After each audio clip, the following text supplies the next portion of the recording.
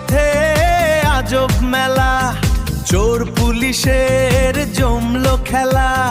লেবু চেয়ারম্যান বসে আছে, হাতে হাতুড়ি সব তার কাছে। লেবু চেয়ারম্যান কতদিন লেবু গাছ যায় না, আজ যায়। ওই দেখো কিরা লেবু পাতাইছে, ওই দেখো মানুষ আসছে, চলো পালাই। যারা